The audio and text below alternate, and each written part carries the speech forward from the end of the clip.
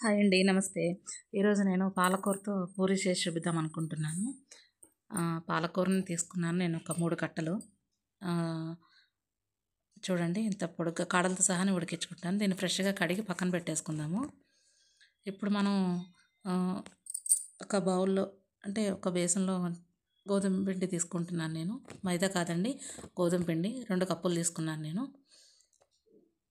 దీనిలోనే కొంచెం ఉప్పు, పంచదార వేస్తాను. పూరీకి ఎప్పుడు కొంచెం లైట్‌గా పంచదార వేస్తే మనకి పొంగుతుందనమాట. ఈ కట్టలను కడిగి పక్కన పెట్టేసుకుందాం. ఈలోపు నీళ్ళని మరిగించుకుందామండి. మరిగించిన తర్వాత ఈ ఆకుకూరను శుభ్రంగా కడిగేసుకున్నాను కదా! మొత్తం అంతా నీళ్ళల్లో వేసేసుకోవడమే. నీళ్ళు మరుగుతున్న తర్వాత నీళ్ళల్లో వేసేసుకోవడమే మనం. చూడండి నీళ్ళు మరుగుతాయి కదా! ఇప్పుడు ఆకుకూర మొత్తాన్ని మనం నీళ్ళల్లో వేసేసుకుందాం. అంటే ఆ వేడికి ఒక్క నిమిషం అది ఉడకాలన్నమాట. పచ్చిది పేస్ట్ చేయడం కన్నా ఇలా చేసి వేస్తే మంచిది. మొత్తం అంతా ఆ కాడలతో సహా వేడి నీళ్ళలో ముంచేస్తున్నాను అవి.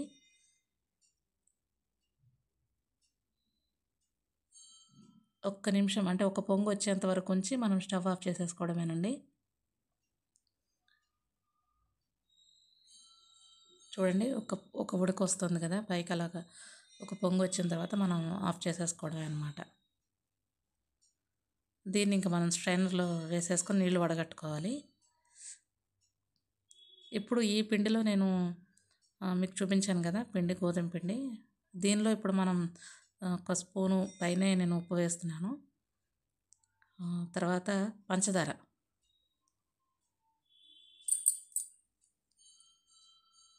పంచదార దేనికి అంటే పూరీలు పొంగడానికండి. పంచదార వేసి గట్టి కలుపుకుంటే పూరి పొంగుతుందనమాట. మొత్తం అంతా అలా కలిపేసుకుని ఒకసారి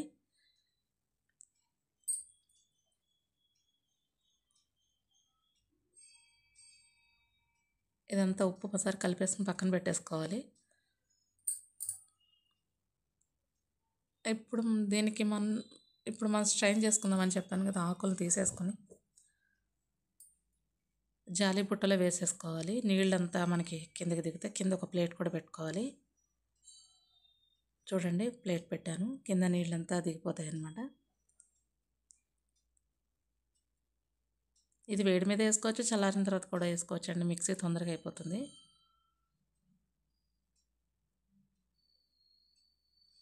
మిక్సీ జార్ తీసుకుని అందులో వేసేసుకుని మెత్తగా గ్రైండ్ చేసుకోవాలి. చేసేసుకున్నాను చూడండి మొత్తం అంతా. అందులోనే కొంచెం నీళ్ళు వేసుకోవచ్చు మనము ముందు కలుపుకున్నాక. ఈ మిక్సీ జార్లో నీళ్ళు వేసుకుని కలుపుకోవచ్చు. ఇప్పుడు మొత్తం ఇది కలిపేసుకోవాలి.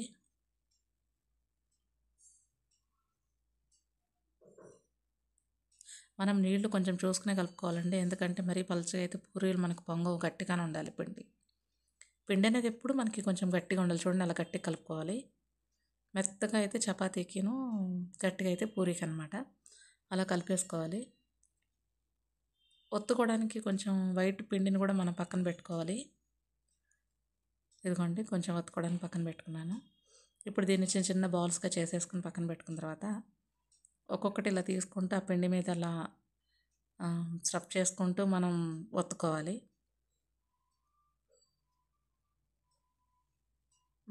అన్నీ అలాగా 1 బై 1 పూరి ఎత్తుకోవాలి. ఇప్పుడు స్టవ్ మీద బాండి పెట్టుకొని నూనె వేడి చేసుకోవాలి. నూనె ఎప్పుడూ బాగా కాగాలండి, మీడియంగా ఉంటే అవ్వదు. అలా ఒత్తేసుకున్నాను అన్నీ నేను పూరీలు.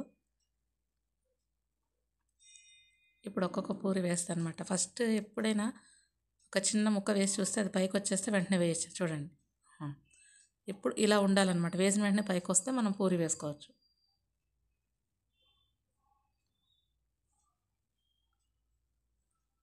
ఇదిగోండి ఎప్పుడైనా పూరి మనకి ఆయిల్ బాగా కాగాలండి, కాగితేనే పూరి పైకి పొంగుతుంది. అలాగా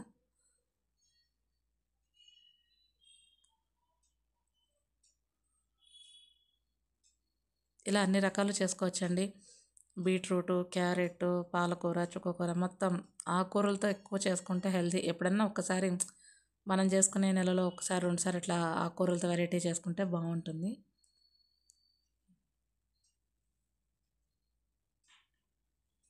బీట్రూట్ పూరి కూడా బాగుంటుంది. సేమ్ ఇట్లానే అది కూడా ప్రాసెస్.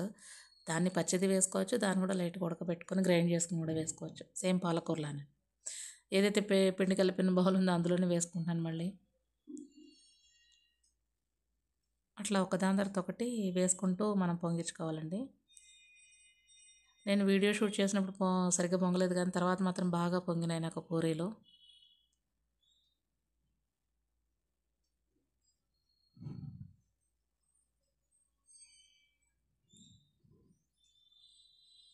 చాలా బాగా వచ్చాయి పూరీలు.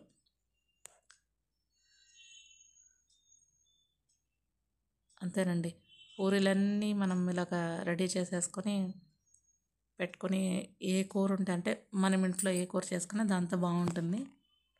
కూర అందరికీ తెలిసిందే కదా. ఎప్పుడన్నా ఒకసారి 1-2 ఇలా ఫ్రై చేసుకుని తినే ఏమవుదంటే పాలకూర ఉంది కాబట్టి. ఇదిగోండి చూడండి, నేను వీడియో తీసినప్పుడేమో అట్లా పొంగింది, వీడియో తీసినప్పుడేమో పొంగలేదు. అందుకే నేను మళ్ళీ వెంటనే వీడియో షూట్ చేశాను అనమాట. బాగా పొంగుతున్నాయి. చెప్పాను కదండి, పంచదార వేసుకుంటే లైట్గా మనకి పూరి అనేది పొంగుతుంది. పిండి కూడా ఎప్పుడు గట్టిగా ఉండాలి, మెత్తగా అనేది అసలు ఉండకూడదు అనమాట మనకి పూరీలు. అంతేనండి, పూరీ పిండి మాత్రం గట్టిగా కలుపుకోండి, చపాతీకి మాత్రం మెత్తగా కలుపుకోవాలి, అదే చిట్కా.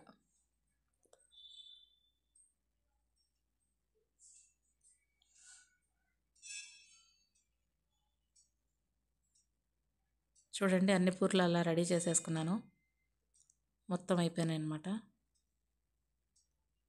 వేడివేడిగా ఉన్నాయి. అంతేనండి, నచ్చితే లైక్ చేయండి, సబ్స్క్రైబ్ చేసుకోండి. Thank you for watching.